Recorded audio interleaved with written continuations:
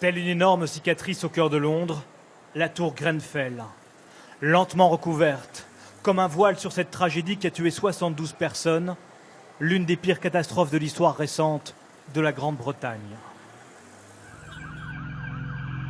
Comment la nuit du 14 juin 2017 le feu s'est-il déclenché? Pourquoi s'est-il propagé aussi vite?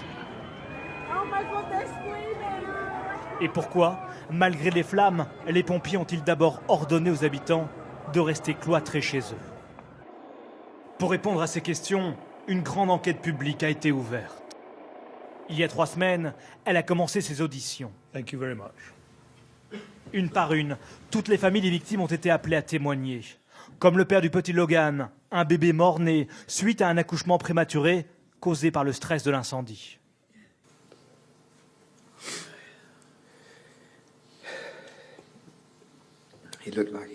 Il semblait dormir, comme n'importe quel bébé. Ma femme, elle est incroyablement solide. Et sans sa force et son courage, je ne serais plus là.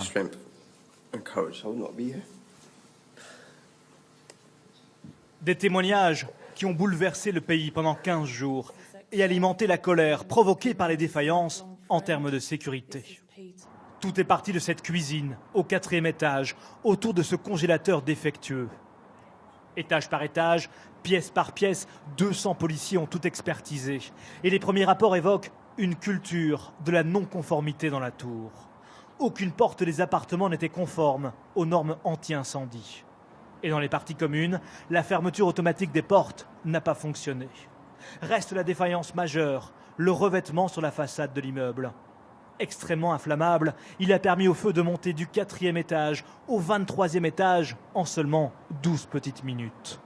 Selon les experts, les équipes de conception et de construction n'ont à aucun moment évalué la résistance au feu de ce matériau. Et précisément, jamais les pompiers n'avaient imaginé que le feu puisse se propager aussi vite. Ils ont ordonné aux habitants de rester confinés chez eux, pensant pouvoir éteindre rapidement l'incendie. Une erreur de jugement qui a pu, selon les expertises, coûter la vie à de nombreux habitants.